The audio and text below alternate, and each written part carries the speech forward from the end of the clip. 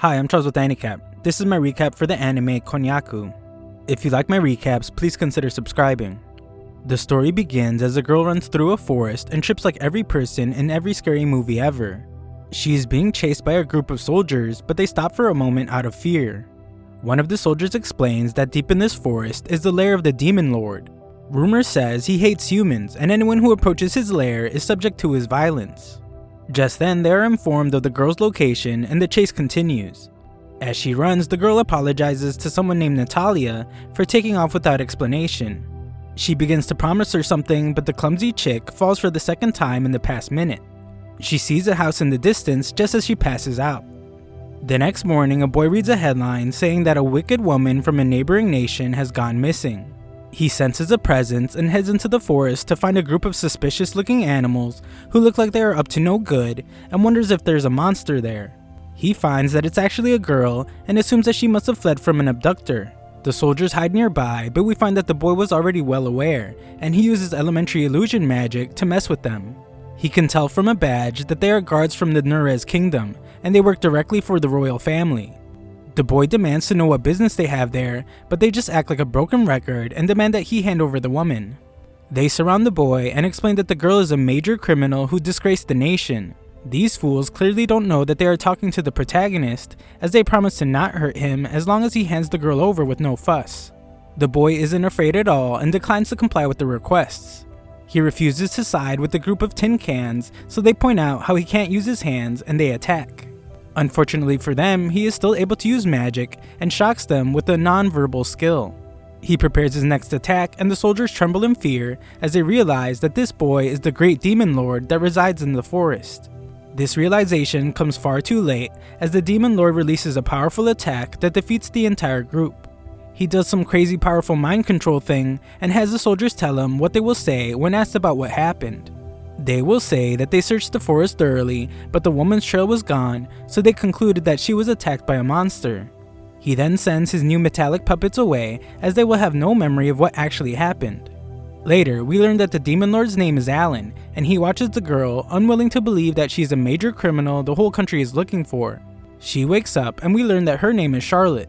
The gossip section of the newspaper states that she is the fiancée to the Nurez Kingdom's prince, but she says that's a lie.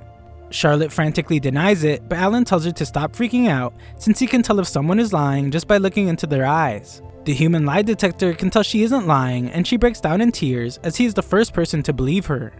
She explains that she was at a party when she was called forward and she could hear people gossip about how she is the child of a mistress. It was announced that her evil deeds had come to light, but she tells Alan that she had nothing to do with any of the accusations. Unfortunately for her, no one questioned the words of Prince Cecil, and he announced that she would be arrested for treason. She tried to defend herself, but Prince Pain in the Butt just called their engagement off and had her taken off to prison. Alan, with his lie detector vision, can clearly tell that she was framed. Either the prince didn't want to marry her, or perhaps there was another woman. Charlotte apologizes for taking up his time as she prepares to leave, but Alan changes the subject to point out how messy the room is and asks if she knows how to clean. She says she's pretty average at cleaning, but Alan says that's just what he's looking for and gives her a job. The position is for a live-in maid and she will be in charge of chores. She is quick to remind him that she is a wanted criminal, so he takes a moment to think. He lives secluded deep in the forest, so he doesn't have to deal with other people, so harboring a fugitive defeats that purpose. However, Alan explains that he was betrayed by someone in the past just like she was. 3 years ago, he was invited to join a certain party. Hoping for an adventure, he joined them. However, they used him to break the seal of a temple to steal the treasure they were looking for, and deserted him in front of a horde of monsters. Charlotte thinks that's awful, and Alan can't believe how pure she is since she believed his story without hesitation. Back then, there was no one to help him, so he thinks that they have a lot in common. However, Charlotte, stubborn as a mule, doesn't want to cause him trouble, and declines his offer. Alan decides that he has no other choice, and shockingly puts a death curse on himself. The maniac's heart will stop in 3 minutes, and he won't lift the curse until she agrees to work for him. Alan warns that she better make up her mind, otherwise an innocent civilian will die because of her. She panics at the absurd situation as he is talking like a villain when she thought he was just a nice person that was trying to save her. He proclaims that he is a virtuous man, but then reminds her that she has only 2 minutes and 31 seconds to decide. As if she didn't have enough pressure already, Alan, who's beginning to sound like Kermit on steroids, explains that it's getting harder to breathe. Moments later, we see that she gave in and has now become Alan's maid. Alan marvels at how good a job she has done cleaning and thinks about how rough her hands were when they first met. He determined that she was a noble lady by title only, and in reality she was perhaps more like a servant. Cinderella 2.0 points out that all she did was polish the floor and he was the one that tidied stuff away using magic. Alan, ever the innovator, says that he just used his style of cleaning, which was burning the stuff like a pyromaniac, and it makes her wonder if she's really necessary. He points out how dirty the room was before and explains that he has zero housekeeping skills. Left alone, he doesn't even think of cleaning and uses the same strategy I use, which is to just ignore it till it moves on its own. Charlotte then strangely anticipates her next chore, but he has nothing for her and simply tells her to do whatever she likes until dinner. She can't believe that he isn't worried about her stealing stuff, but he explains that he went shopping earlier and there isn't much cash left for her to steal. She apologizes for him having to buy stuff for her, but he states that he considers it an investment. He leaves her to do what she wants as he needs to work, and he tells her not to disturb him. Alan then thinks about how he can't ignore someone in trouble, but relatably, he also hates being social. Besides that, while she may feel a debt of gratitude to him now, in time she'll be fed up with him and leave. Brushing off his demon lord duties, whatever those are, Alan partakes in one of his few hobbies. This fiendish fact-checking weirdo likes to find holes in research papers on magical theory, pointing out every flaw and riddling it with his corrections. He finishes after several hours and is shocked to find Charlotte behind him. The discount damsel reminds him that he told her to do whatever she liked, and she strangely chose to count the grains in the wood floor. Alan will later find that she doesn't have any hobbies, and in the past when she wasn't doing bridal training, she was just cleaning and mending clothes, so she didn't have any free time for hobbies. Alan can't believe she could say such a sad thing with a smile on her face, and she continues her sob story by stating that she didn't really like her bridal training since she just got yelled at the entire time. After he asks to hear a recent fond memory, Charlotte depressingly tells him about that one time her little sister Natalie brought her some fruit.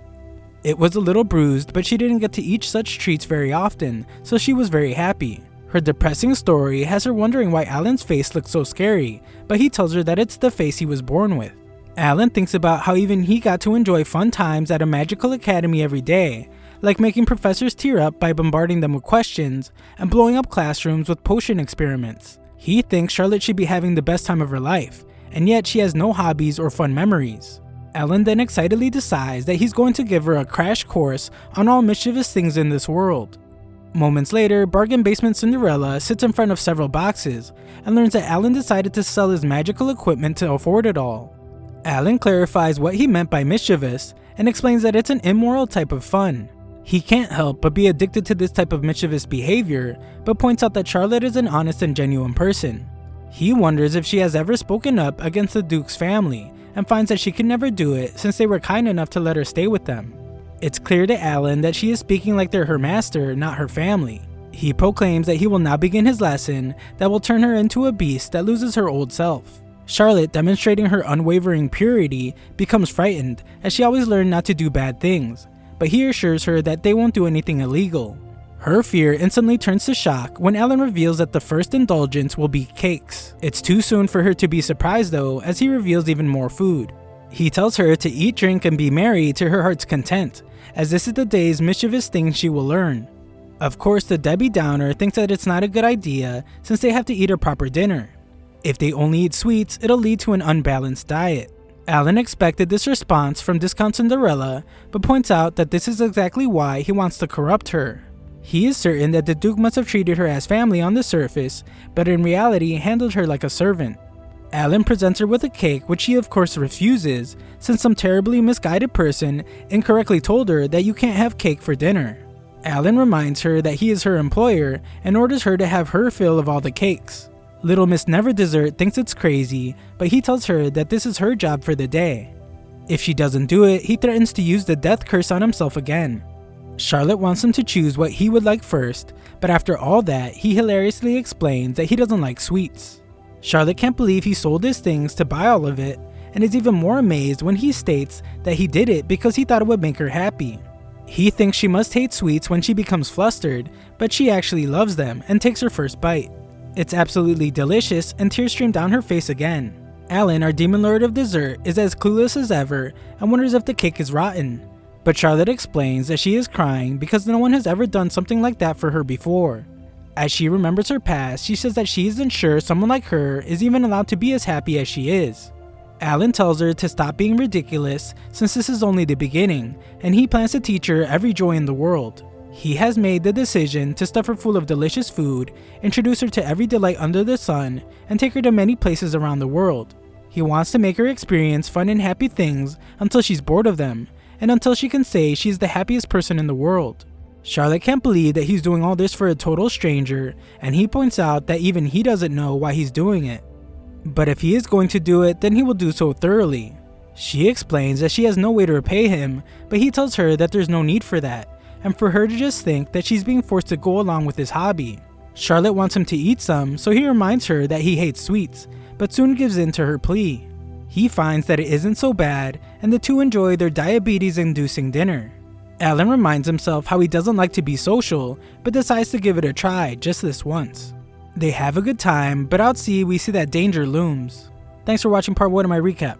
Subscribe and turn on notifications for future parts.